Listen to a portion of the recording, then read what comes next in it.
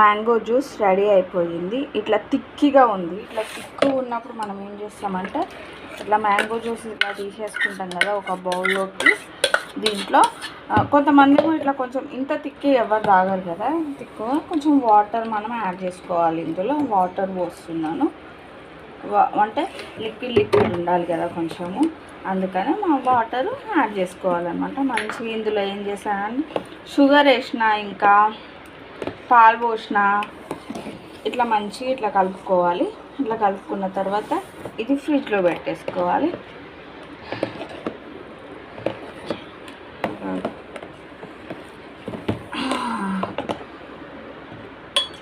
yes,